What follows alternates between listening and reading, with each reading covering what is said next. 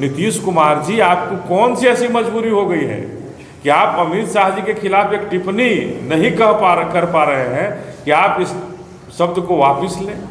क्यों नहीं कर पा रहे हैं? चिराग पासवान जी, क्या हो गया है आपको? आप दलितों के नेता बनने की हिमायत करते हैं कि हम दलितों के नेता हैं, और दलितों के भगवान पर कोई अगर आरोप लगा रहा है, कोई अगर उनके बारे में कोई गलत बोल रहा है, उस पर आप नहीं बोल पा रहे हैं। मांझी जी, आप नहीं बोल पा रहे हैं, तो क्या आप सभी बाबा साहब के नकली अनुयायी हैं क्या? बाबा साहब को मानने वाले लोग कहाँ चले गए? भारतीय जनता पार्टी के साथ गलबहियां कर रहे हैं अपनी कुर्सी बचाने के लिए। बाबा साहब को कब तक अपमानित आप कराएंगे? इसलिए बहन जी ने निर्देश दिया है, बहन जी ने स्पष्ट शब्दों में कहा है कि जब तक ये माफ़ी नहीं मांगते हैं, अपने इस बयान को वापस नहीं लेते हैं, तब तक बहुजन समाज पार्टी इनका विरोध करेगा, और विरोध करके अपने भगवान, अपने आराध्य के खिलाफ अगर किसी ने वो चीज टिप्पणी की है तो अपना विरोध दर्ज कराएंगे। और इसी के खिलाफ 24 तारीख को हम लोग पूरे बिहार में 24 तारीख को सुबह 10 बजे से पूरे बिहार के जिला मुख्यालय पर, हर एक जिला मुख्यालय पर हम अपने बाबा साहब को लेकर बैठेंगे और वो स्वर्ग का रास्ता खोजें। कहाँ से, कौन भगवान को याद करेंगे तो कहाँ से स्वर्ग का रास्ता मिलेगा, लेकिन हमें जो धरती पर स्वर्ग दिए हैं उनको लेकर के हम बैठेंगे, अपने आराध्य को लेकर बैठेंगे। आप सभी को जय भीम। आज हम सभी यहाँ बहुजन समाज पार्टी के कार्यालय में किसी खास मकसद से मीडिया बंधु को बुलाए हैं, और वो मकसद है अपने बहुजन समाज की अस्मिता की लड़ाई।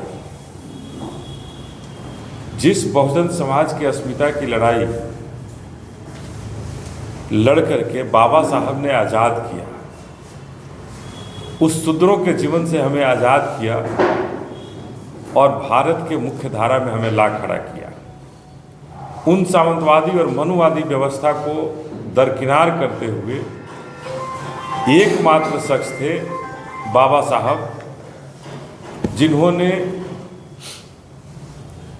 सारी सामंतवादी और मनुवादी ताकतों पर कुठाराघात करते हुए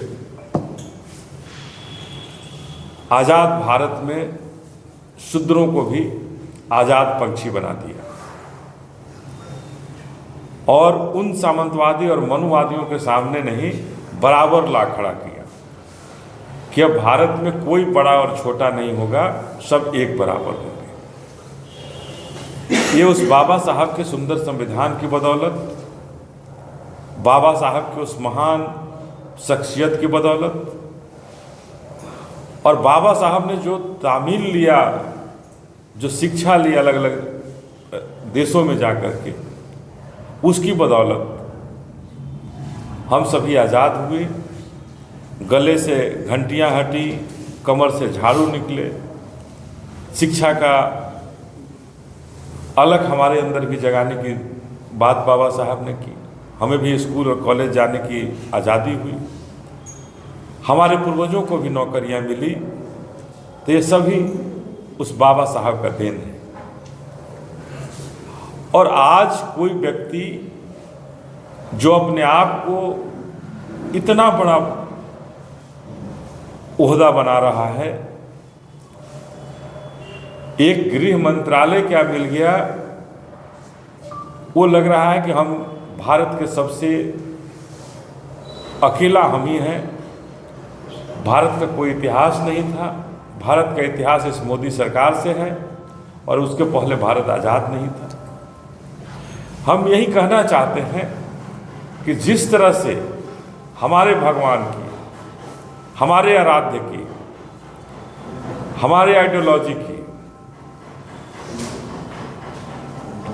के साथ इस मोदी सरकार में, इस लोकसभा में जिस तरह का व्यवहार किया गया, जिस तरह का वार्ता हमारे आइडियोलॉजी, हमारे आराध्य के साथ कहा गया, अम्बेडकर अम्बेडकर अम्बेडकर, ये बड़ा ही भारत के इतिहास में दुर्भाग्यपूर्ण रहा है। और उससे भी बड़ा दुर्भाग्यपूर्ण है भारतीय जनता पार्टी का आज तक उस पर माफ़ी नहीं मांगी। भारतीय जनता पार्टी की तरफ से आज तक उस पर माफ़ी नहीं मांगा जाना उससे भी बड़ा दुर्भाग्यपूर्ण है कि इतनी बड़ी शख्सियत जो हर विवादों से ऊपर रहा और उसके अनुयायी इतने हैं भारत में, उसको मानने वाले इतने हैं भारत में कि हो सकता है, मैं किसी भगवान के बारे में अब शब्द नहीं करना चाहता हूँ, किसी के खिलाफात नहीं करना चाहता हूँ, लेकिन मैं इतना जरूर दावे के साथ कहना चाहता हूँ और कहता हूँ कि जितना श्री राम के आराध्य होंगे, जितना श्री राम को भगवान मानने वाले लोग होंगे, उससे ज़्यादा भगवान बाबा साहब को मानने वाले लोग होंगे, जिनको सबने देखा है, जिनके बारे में जाना है कि बाबा साहब ने सारी रास्ते हमारे लिए। तो काल्पनिक नहीं है हमारे बाबा साहब।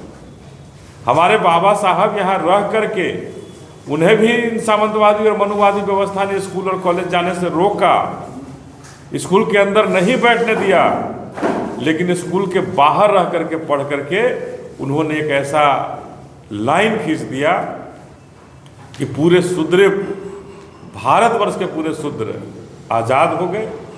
और आज यही बात आरएसएस और आरएसएस को मानने वाले लोगों को नागवार गुजरती, और कहीं ना कहीं यही कारण है कि इस तरह की ओछी टिप्पणी करके हमारे बाबा साहब को और बाबा साहब के अनुयायियों को अपमानित करने का काम कि भारतीय जनता पार्टी की सरकार और भारतीय जनता पार्टी की सरकार में बैठे लोग कर रहे हैं। हम बहुजन समाज पार्टी की तरफ से स्पष्ट रूप से कहना चाहते हैं कि बिहार में नीतीश कुमार जी सरकार में हैं, भारतीय जनता पार्टी के साथ गलबहियाँ कर रहे हैं। यहाँ से चिराग पासवान जी हैं, मांझी जी हैं। आखिर क्या हो गया है आप लोगों कि जिस व्यक्ति के कारण आप यहाँ नेता बने, आप मुख्यमंत्री बने, मंत्री बने, और उसको जो उसके खिलाफ अगर कोई ओछी टिप्पणी कर रहा है, उस ओछी टिप्पणी पर आप एक बयान नहीं दे पा रहे हैं, ऐसी कौन सी मजबूरी हो गई आप?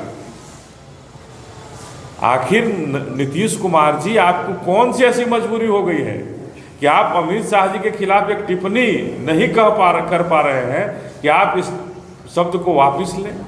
क्यों नहीं कर पा रहे हैं? चिराग पासवान जी, क्या हो गया है आपको?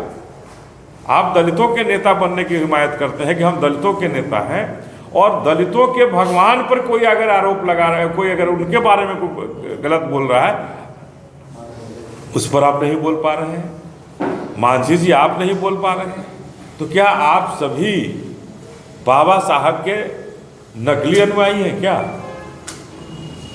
बाबा साहब को मानने वाले लोग कहाँ चले गए? भारतीय जनता पार्टी के साथ गलबहियाँ कर रहे हैं अपनी कुर्सी बचाने के लिए। बाबा साहब को कब तक अपमानित आप कराएंगे?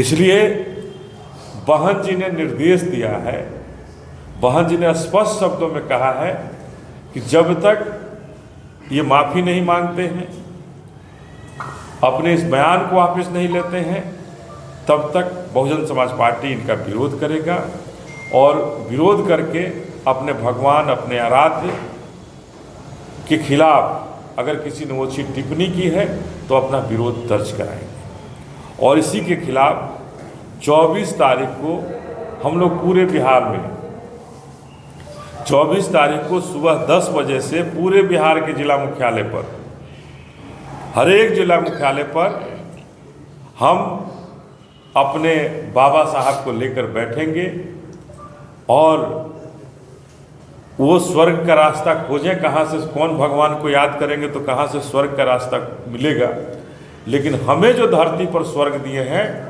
उनको लेकर के हम बैठेंगे, अपने आराध्य को लेकर बैठेंगे, और उनके खिलाफ अगर जिसने टिप्पणी की है उसके खिलाफ अपनी दर्ज कराएंगे।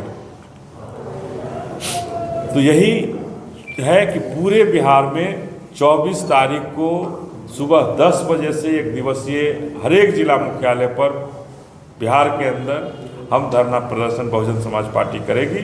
अपनी बहन मायावती के नेतृत्व में, अपनी बहन जी के आदेश पर हम पूरे बिहार में इस धरना प्रदर्शन को करेंगे। और अमित शाह जी जैसे शख्सियत जो हमारे बाबा साहब के खिलाफ टिप्पणी किए हैं, उनको जरूर हम बिहार के अंदर सबक सिखाएंगे। और नीतीश कुमार जी, चिराग पासवान जी, मांझी जी, आप जरूर बाबा साहब के बातों को जरूर गौर करें और उन्होंने जो किया है उनके इतिहास के पन्नों को मिटने मत देने दीजिए भारतीय जनता पार्टी के साथ गलबहियां करके। अपनी कुर्सी बचाने के लिए एक ऐसे शख्स से दोस्ती कर लीजिए जो हमारे आराध्य पर टीका टिप्पणी करे। ये कभी भी बिहार की जनता आपको माफ़ नहीं करेगी।